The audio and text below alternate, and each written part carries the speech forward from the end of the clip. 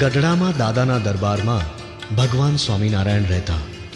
તેમના દર્શને દેશ દેશથી દીન દુખી આવતા અને આંતરડી ઠારતા. શ્રીજી મહારાજની મીઠી નજરથી અંતરમાં ટાઢકના શેરડા ફૂટતા. એક વખત ખંભાળા ગામનો સંઘ પણ દર્શને આવે છે. તેમાં મૂળું ખાચર નામના કાઠી પણ દર્શન કરી મહારાજની આગળ બેસે છે. સ્વામિનારાયણ સ્વામિનારાયણ સ્વામિનારાયણ સ્વામિનારાયણ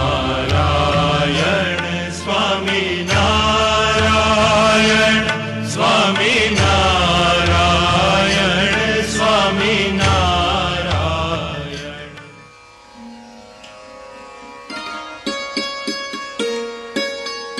દરબાર, તમે અહીં ક્યાંથી? આ લણણી અને કાપણીનું ટાણું છોડી આ ભગત મંડળી સાથે આવ્યા તે બહુ રૂડું કર્યું. હા મહારાજ, મારો સાથી અર્જુન કોળી કેટલાય દીથી મને કહેતો હતો, બાપુ એકવાર સ્વામિનારાયણના દર્શન કરી આવો, તમારો મનખો સુધરી જાહે. તે ગામનો સંઘ આવતો તો મને થયું કે હાલને જઈ આવું. અને ખેતી તો અર્જુન છે ને, એ બધું સંભાળી લે છે અને મારે કાંઈ ચિંતા જેવું છે ને. તઈ તો મૂળ ખાચર બહુ સારું કર્યું. જો નવરા હો તો મહારાજ વળતા સમયો કરવા જાય છે તો તમારે આવવું છે. આવીએ ને, એમાં હું આમે ઘેર નવરા બેહવા કરતા તમારી હારે લાભ લઈ. પણ દરબાર, અમારે તમને સત્સંગી કરવા છે, થાશો? હા મહારાજ, થાય તમારા સત્સંગી, એમાં હું મોટી વાત છે. પણ દરબાર સત્સંગી થાવ પછી 5 વર્તમાન પાળવા પડશે. હો બાપુ, હું નવો નિશાળ્યો, મને એમાં કાંઈ ખબર ન પડે. જોન તો હું કહું તમને, જો બાપુ, ચોરી ન કરવી, દારૂ ન પીવો, માંસ ન ખાવું, વ્યભિચાર ન કરવો, ને વટલવું નહીં ને વટલાવવું નહીં. ઓહો, આ તો બહુ કહી દીધા. પણ બાપુ, મારે એમાંથી એક દૂષણ નથી. હો હા, ખાલી એક. કહી નાખો દરબાર, મૂંઝાઓમાં. મહારાજ, મારે દિવસમાં 10 વાર હોકો પીવા જોઈ છે. અને ગામત્રે જાઓ એટલે દાયરામાં અફીણ લેવું પડે, તે એનું બંધાણ થઈ ગયું છે. હોકો હાથમાં, દાબડી પણ ગજવામાં રાખું છું. આ 2 વાના કેમે છૂટશે નહીં. બાકી તમારા પંચવર્તમાન શિર સાટે. હો ભલે દરબાર, ભલે એ 3 વાના રહ્યા, અમને ક્યાં નડે છે. સંત સમાગમ કરશો એટલે બધું નીકળી જશે. વાહ ભગવાન વાહ! અમને તો ફેલ ફતુર સોડાવીને કોરા ધાકુડ કરી દીધા, અને આ નવા સવાને બધું હાલે. સારું દરબાર, ચાલો આપણે ગુજરાતમાં જવું છે.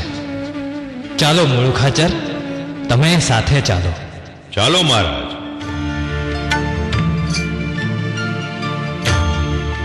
એલા અમીરા! હા, એ અમીરા! અમીરા, આ તો સ્વામિનારાયણ નો સંગ લાગે છે કે? હા જેઠા, છે તો ઈ જ. પણ આ ઓલો જો છેલ્લો ન્યા બેઠો જ ને છેલ્લો, હા, ઈ ઓકો પીવે છે, ઈ ભગત નથી લાગતો. હવે હોય હવે બોળા માણામાં કોણ જોવે? પણ જેઠા, સ્વામિનારાયણ સુગાળવા બહુ, તે આવાને હું હારે લીધો હશે? કોઈ જરી કે વ્યસન ન રાખે ને. આ તો જોતો ખરો કેવો હોકો ગોગડાવે જાય છે. ઈ સંગ ભેગો નથી લાગતો. અમીર હશે સંઘનો, તઈ તો હારે લીધો હશે ને. અને જો વ્યસન હશે ને તો સ્વામિનારાયણ છોડાવશે. આપણે આ ભગતડા સામું જો ને, હા, કેટલા વરણના ભેગા કર્યા છે. અરે ઉભે એકબીજાને ન બને ઈ ભેગા પંક્તિમાં જમે, કેવી નવાઈની વાત છે. પણ ભાઈ જેઠા, આ એકને લીધે આખો સંગ ઝંખવાય છે. ઉજળા હંસ ઉડતા હોય એમાં એક કાળો કાગડો ભળે તો જોનારને ખૂટે જ ને. હશે ભાઈ જે હોય ઈ. હાલો અટાણે તો આપણી ભેહું માલડામાં ખૂતી ચાલ. બહાર કાઢ. અરે, આ એક હોકાને લીધે આખો સંઘ ઝાંખો લાગે છે ને મને કાગડા જોડે લોક સરખાવે છે. આ હોકો હાથમાં છે તઈ લોક મને કાગડો કહેશે ને. એ હાથથી હોકો હરામ છે. અરે, આ બધા એકબીજાને ભેટે છે તે મને કાં નથી ભેટતા? કાં ભગત, તમે બધાને જય સ્વામિનારાયણ કરીને ભેટો છો, તે મને કાં નથી ભેટતા? બાપુ, તમને ખોટું ન લાગે તો કહું, તમે આ ખરલમાં અફીણ ઘૂંટો છો તો તમને કોણ ભેટે? દરબાર, હવે તો મહારાજ મળ્યા ને હજી આ કાળા ડુંગામાં શું માલ ભાળ્યો તો હજી તમે છોડતા નથી. હા ભગત, તમારી વાત સાચી. આવા મોટા મહારાજ મળ્યા ને હજી આ નઈ જેવી વસતમાં હું લોભાઉં? એ આજથી આ અફીણે હરામ. મહારાજ મહારાજ મહારાજ, આવી મહેરા લોકમાં સૌ ઉપર ઉતરે એવું કંઈક કરો. કેવી મહેર બાપુ? મહારાજ, આ મૂળું ખાચરનો હોકો અને અફીણ બંને તમે છોડાવી દીધા. ભારે મેર કરી હો. કેવી રીતે? કોણે છોડાવ્યા? કાંઈ વિગતે વાત તો કરો. ભણે મહારાજ, વિગતે વાત તો મૂળું ખાચર જ કરશે. બોલો મૂળું ખાચર.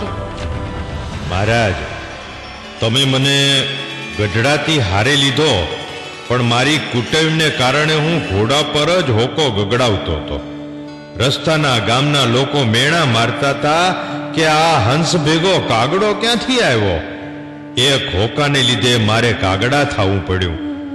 પછી તો ત્યાંને ત્યાં પાણા ઉપર હોકો પછાડીને ફોડી નાખ્યો. તે કુસંગીના શબ્દોથી હોકો ગયો ને સત્સંગીના શબ્દોથી અફીણ ગયું. બહુ સારું થયું, બહુ સારું થયું દરબાર. પણ હવે ધ્યાન રાખજો કે પાછું ના આવે. મહારાજ, એક વખત હરામ કર્યા પછી પાછું કેમ આવે?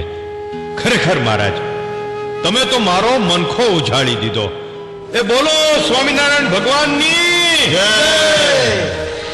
ચાલો ચાલો સૌ ગોમતીમાં નાહવા જઈએ.